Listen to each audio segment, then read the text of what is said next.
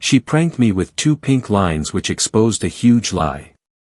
The plastic stick hit the granite countertop with a hollow, rattling sound that seemed to echo in the silence of the kitchen like a gunshot. I stared at it. I didn't pick it up. I didn't need to pick it up to see the 2 pink lines that were currently burning a hole in my retina.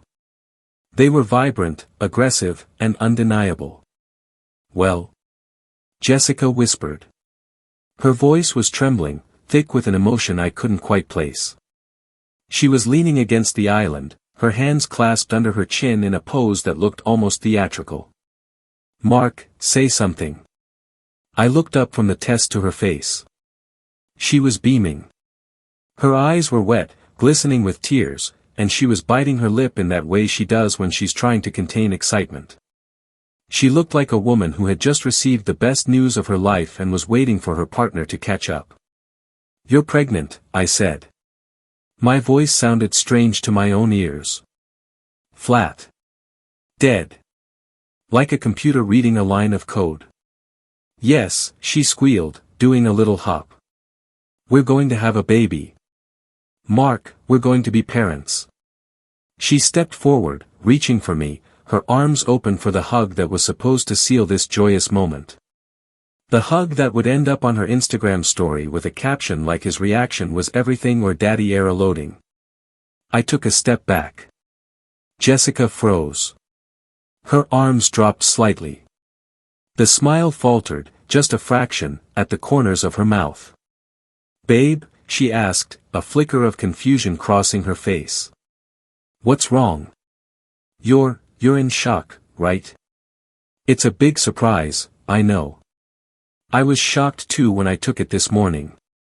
"This morning," I repeated. "Yes. I woke up feeling weird and I just knew." "Mark, say something. Why are you looking at me like that?" I was looking at her like she was a stranger. Because in that split second, the woman I had lived with for 2 years, the woman I bought this house with, the woman I planned to propose to next month, dissolved. In her place stood a liar. A cheat. A person capable of looking me dead in the eye and fabricating a miracle that I knew, with absolute, scientific certainty, was physically impossible. I felt the heat rising in my neck, a prickly, suffocating sensation that started at my collarbone and crawled up behind my ears.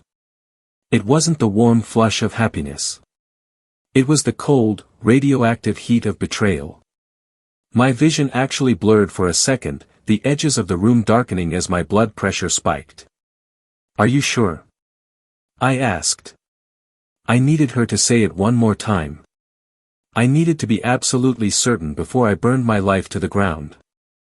"Are you telling me, right now, that you are pregnant with my child?" Jessica nodded vigorously, tears spilling over her lashes now. "Yes. Yes, baby. It's ours. A little piece of you and me." "A piece of me," I whispered. I looked around the kitchen. It was a nice kitchen. We had renovated it last year. I looked at the coffee maker we bought together. I looked at the spice rack she organized. And then, I looked at the corner of the room, on top of the fridge, nestled between a cereal box and a potted plant. There was a tiny black circle. A lens. It was her phone. Propped up. Recording. She was filming this. Of course she was filming this. Jessica lived her life for the feed. If she bought a coffee, it was content. If we went on a date, it was a reel. If we had a fight, it was a cryptic quote on her story. But this? This was the holy grail of relationship content. The pregnancy reveal. She wasn't just lying to me. She was lying to me for an audience. "Mark?" Her voice was getting shrill now. The scene wasn't going according to the script in her head. I was supposed to be crying. I was supposed to be dropping to my knees and kissing her stomach. "You're scaring me. Why aren't you happy?" "Happy," I said, testing the word. "No. I'm not happy, Jess." I walked past her. I didn't touch her. I couldn't touch her. If I touched her right now, I didn't know what I would do, but I knew it wouldn't be gentle. I walked straight out of the kitchen, down the hallway, and into the master bedroom. Mark. I heard her footsteps scrambling behind me. Mark, wait. Where are you going? I walked into the closet.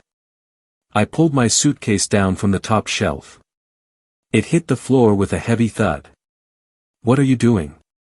She was in the doorway now, her face pale. The camera on the fridge was forgotten, recording an empty kitchen. Why are you getting a suitcase? I unzipped the bag. The sound was loud in the quiet house. Zip. I'm leaving, I said, grabbing a stack of t-shirts and throwing them in. Leaving? She laughed, a high-pitched, nervous sound. What do you mean leaving? We're having a baby. You can't leave. Is this a panic attack? Do you need water? It's not a panic attack, I grabbed my socks. My underwear. It's a breakup. A breakup? She screamed the word. You're breaking up with me because I'm pregnant. Are you insane? You're abandoning your child. I stopped packing. I stood up and turned to face her. I was shaking. My hands were trembling so hard I had to clench them into fists at my sides.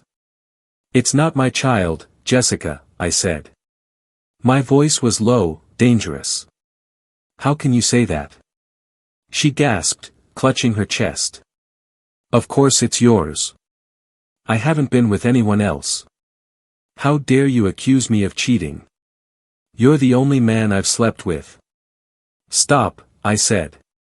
Just stop lying. Please. For the love of God, have enough respect for me to stop lying. I'm not lying, she shrieked, tears flowing freely now. I swear on my life. It's yours. It can't be mine, I said. Why not? Because, I looked her dead in the eyes, I can't have children. Jessica stared at me. Her mouth opened, then closed. She looked like a fish gasping for air on a dock. What? She whispered. I can't have children, I repeated, enunciating every syllable. I am sterile. That's not true, she stammered, shaking her head. We never talked about that. You never said that. You're just saying that to get out of this. You're scared. I'm not scared, Jessica. I'm informed. I walked over to the nightstand and opened the bottom drawer. Underneath a stack of old journals, I kept a manila envelope. I pulled it out. I tossed it onto the bed. It slid across the duvet and stopped right in front of her. Open it. She looked at the envelope like it was a bomb. Her hands shook as she reached for it. She undid the clasp. She pulled out the paper. It was a medical invoice. Dated January 14, 2023. Patient, Mark Miller. Procedure, vasectomy, bilateral. Status, completed. Notes, post-op sperm count verification, 0, azoospermia. She read it. I watched her eyes scan the page. I watched the color drain from her face until she looked like a wax figure. 2023, she whispered. 3 years ago, I said. Before we even met. I had a medical issue. A genetic marker I didn't want to pass on. I made a choice. I made sure I could never father a child. I took a step closer to her. So, tell me again, Jessica. How exactly are we having a baby? How is there a little piece of me inside of you? She dropped the paper. She looked up at me, terror flooding her eyes. She realized the corner she had painted herself into. In her mind, there were only 2 options left, admit she was cheating, or admit she was lying. And for Jessica, admitting she was lying meant admitting the content was fake. She started, backing up toward the door. Mark, wait. Who is he? I asked. The rage was back, hot and blinding. Who is the guy? Is it that trainer? Is it your ex? Tell me. There's no guy, she yelled. Then how is the stick positive? I roared. Did the Holy Spirit pay you a visit, Jess? Or did you sleep with someone else and try to pin it on me because I have the house and the salary? No. No. She was hyperventilating. She looked wildly around the room, as if searching for an exit script. Mark, listen to me. Please. Get out, I said. I turned back to my suitcase. Actually, don't worry about me leaving. This is my house. You get out. Pack a bag. Leave the keys. Get out. Mark, stop. She grabbed my arm. I ripped my arm away. Don't touch me. It's a prank. The words hung in the air. I froze. I turned my head slowly to look at her. What? It's a prank, she screamed, sobbing hysterically now. It's a joke. I'm not pregnant. The test is fake. I bought it online. It's a prop. She reached into her pocket and pulled out the box. Prank positive, always shows 2 lines. She held it up like a shield. See? See? I'm not cheating. I promise. I just wanted to see your reaction. It's a trend on TikTok. Everyone is doing it. I wanted to film you being happy. I wanted a cute video. I stared at the box. Then I stared at her. If she had told me she cheated, I would have been angry. I would have been devastated. But this? This was something else. This was a violation of my soul. A prank, I said. My voice was barely a whisper. Yes. She wiped her eyes, looking relieved, thinking she had found the magic words to de-escalate the situation. She actually tried to smile. It was just a joke, babe. I got you. I got you so good. You should have seen your face. Oh my God, you were so serious. She laughed. A wet, shaky, nervous laugh. You can stop packing now. I'm not pregnant. We're fine. I'm not cheating. You think we're fine? I asked. Well, yeah, she sniffed. I mean, you overreacted a little, but it's funny now, right? Once the shock wears off. We can probably even post the footage if we edit it right. The vasectomy twist is actually kind of viral gold if you think about it. She trailed off because I was looking at her with a look of pure, unadulterated disgust. You manipulated me, I said. You terrified me. You made me believe my life was changing forever. You made me believe you were carrying a child. And you did it for views. It's just for fun, Mark. Don't be such a boomer about it. It's a trend. My emotions aren't content, Jessica, I said. My life isn't a skit for your followers. You're being dramatic, she rolled her eyes. The fear was gone, replaced by her usual defensive arrogance. It's not a big deal. You're not even pregnant. No harm, no foul. No harm. I walked over to the bed and picked up the vasectomy paper. I didn't tell you about this because it was painful for me. It was a hard decision. I gave up the chance to have a family because of a genetic disease that killed my father. I didn't want to put a child through that. It's a trauma, Jessica. And you played with it. I didn't know, she argued. If you had told me, I wouldn't have done it. You shouldn't have done it regardless. I shouted. You don't play with pregnancy. You don't play with fatherhood. It's cruel. God, you have no sense of humor, she huffed, crossing her arms. Fine. I'm sorry. Happy? Can we eat lunch now? I'm starving. She turned to walk out of the room, assuming the fight was over. Assuming that because she said, "It's a prank," the slate was wiped clean. "I wasn't joking about you leaving," I said. She stopped in the doorway. She turned back. "What?" "Get out," I said. "We're done." "Mark, stop it," she laughed nervously. "The prank is over. You can stop acting mad." "I'm not acting," I said. "I'm evicting you." "You can't kick me out," she screeched. "I live here. My name is on the deed," I said. "My name is on the mortgage. You pay me $400 a month for utilities. You are a tenant at will. And I am terminating your tenancy." "Over a TikTok," she yelled. "You're throwing away 2 years over a stupid video?" "I'm throwing away 2 years because I just realized I'm dating a sociopath who cares more about engagement metrics than my feelings," I said. "Pack a bag. You can come back for the rest of your stuff when I'm at work next week. I want you gone in 10 minutes. "I'm not leaving," she sat down on the bed. "I'm not going anywhere. You're being abusive." "Abusive?" I laughed. It was a harsh, barking sound. "You gaslit me into thinking I was a father for clout. Get out, Jessica.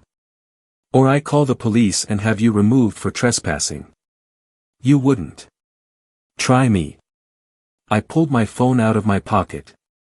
I unlocked it. She saw my thumb hovering over the keypad. She jumped up. "Fine. Fine. You are such a psycho. I can't believe I wasted my time with you." She grabbed her purse. She grabbed a handful of clothes from the closet and shoved them into a laundry bag. "I'm taking the Dyson," she yelled. "Take it," I said. "Take the coffee maker too. Just go." She stomped down the hallway.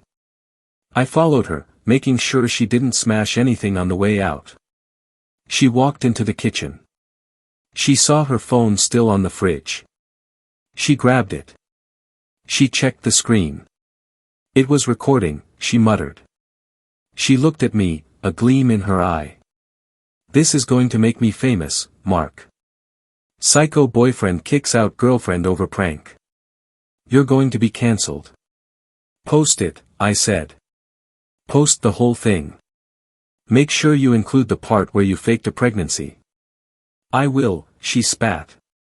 She walked to the front door. She opened it. The cold January air rushed in. "I hate you," she screamed. "I don't hate you, Jessica," I said, holding the door. "I just don't know you. And I don't want to." I slammed the door. I locked the deadbolt. Then I locked the chain. I leaned my forehead against the cool wood of the door. My heart was still racing. My hands were still shaking. I walked back to the kitchen. The fake test was still on the counter. 2 pink lines. A lie made of plastic. I picked it up and threw it in the trash. That was 6 hours ago. She did post the video. Or at least, a heavily edited version of it. She cut out the part about the vasectomy. She cut out the part where she admitted it was fake. She just posted a clip of me looking cold and saying, "Get out," with a caption that read, "I tried to surprise him and he kicked me out on the street. Men are trash. #toxic #breakup. But the internet is smarter than she thinks. In the background of her video, you can hear me mention the date. You can hear me say, 2023. People started asking questions in the comments. Why did he say 2023? Why did he say, "It can't be mine"? Is this real? Then, someone found my Twitter. I don't use it much, but I posted a simple status update an hour ago. PSA, if you prank your partner with a fake pregnancy test, make sure they haven't had a vasectomy first. Also, make sure you don't live in their house. It blew up. The Reddit thread started. The TikTok stitches started. People figured it out. They flooded her comments. You faked a pregnancy on a guy who can't have kids. That's evil. He dodged a bullet. She deleted the video an hour ago. She went private. Her mom called me. Mark, she said, her voice tight. Jessica is here. She's a mess.